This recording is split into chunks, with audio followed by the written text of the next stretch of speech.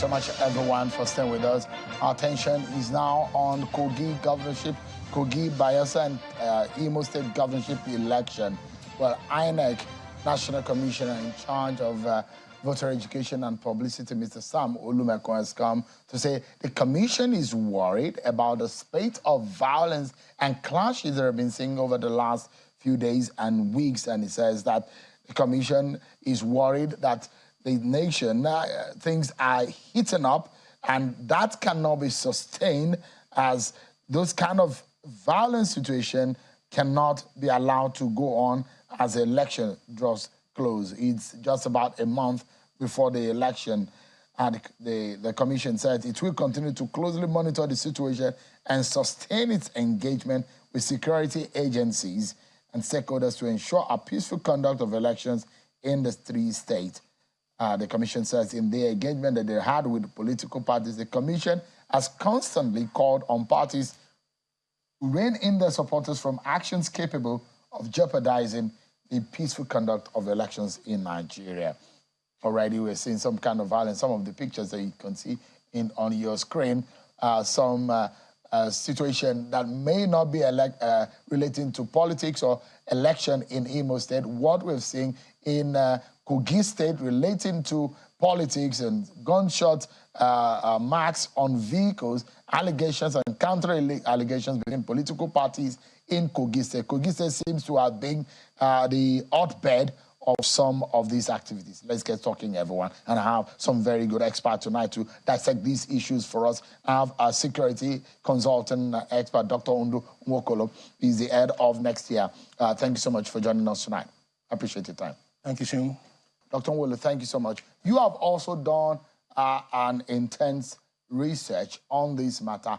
What do you know now? So I think there are a couple of things happening.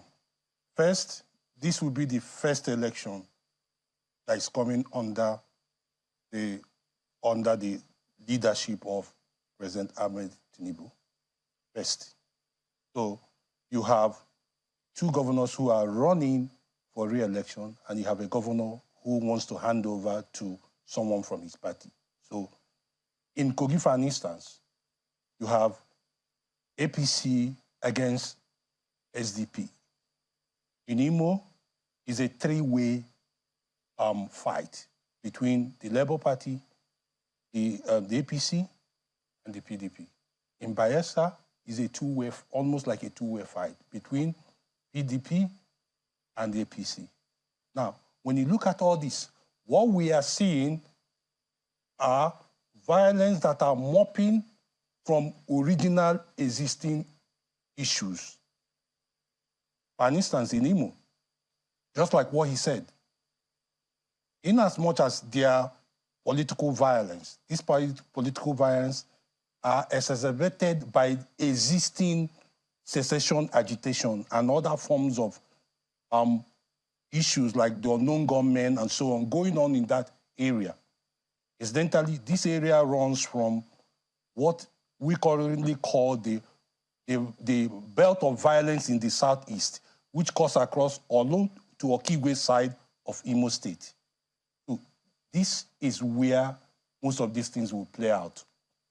In Bayelsa, what you have is that Bayelsa seems to be the state with the least violence somehow.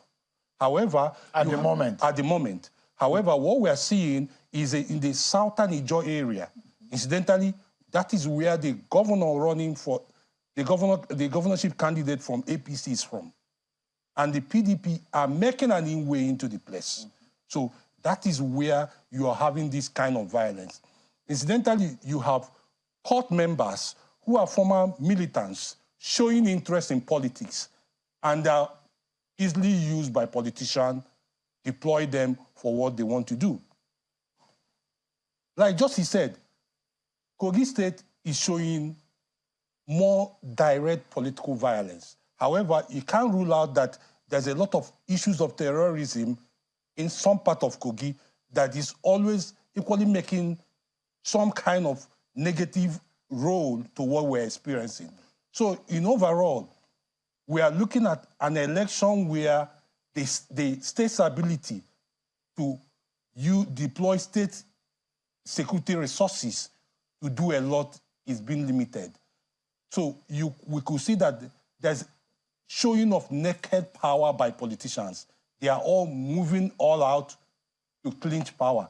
And to do this, they're deploying both an existing security situation, catching on an existing security situation, as well as a political situation that is going on. So you see a lot of this morphing together to what we're experiencing today.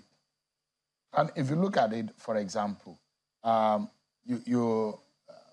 State is bordered about nothing less than 6 states. FCT, Kwara, Edo, Ondo. You look at Imo State, bordered about 3 states. Anambra, Abia, Delta, and the river...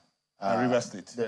Abia. No, Abia, Delta, and of course you have Abia, Delta, Anambra. Then it's bordered by the river on the other side. If you look at Bayelsa, majorly bordered by River State, and you have the sea on the other part. So now, this tendency, for example, in Bayelsa State, the climate there is largely, and the kind of violence you see is mostly different from what you see in Kogi, is sometimes different from what you see in Imo State. Now, if it were an election that has similar or one kind of attribute, you say that the security agencies will find an easy way to tackle it. But this has a multi-faced approach. It must get a multi-faced approach. Water, majorly in Bayelsa State. The issue of terrorism and how Kogi State can be contained during the election, I mean, before the election, during the election, and after the election, and what is going on in Imo State. How difficult do you think this is going to be? Because it's going to get more intense as the day draws close. So I think the mistake we make sometimes is when we're looking at electoral insecurity, we try to think that it's different from other insecurity that we're experiencing. This is not different from what the Nigerian state is and what Nigerian state is currently experiencing. So for us to understand it is to first agree and to say that this is similar to all forms of insecurity. But how do we start tackling it? First is for us to equally agree that the power of the Nigerian state to deal with this level of insecurity has been limited by a lot of things. I think that if we first agree on that, it gives us room to start looking at, so what should we be doing now? I think which is very important. First, that's where mapping comes in. So in terms of mapping, you might be looking at, so what were the hotspots the last time we had an election? Doing such mapping will help. But the most important thing to some of us who are watchers of what is happening is how does the state demonstrate its neutrality between the political elites? This is the most important thing. So if you have a state, when I mean a state here, I mean state institutions who are supposed to... Like the DSS, the police, the INEC, and everybody. The military has its work cut out for it to protect the perimeter. Exactly. The DSS, intelligence. Exactly. The police to be on the guard and man it. NSA, the civil defense to man the critical national infrastructure. Exactly. So everyone adds their role. Exactly. So it is a situation where each state institution shows the same level of neutrality to everybody.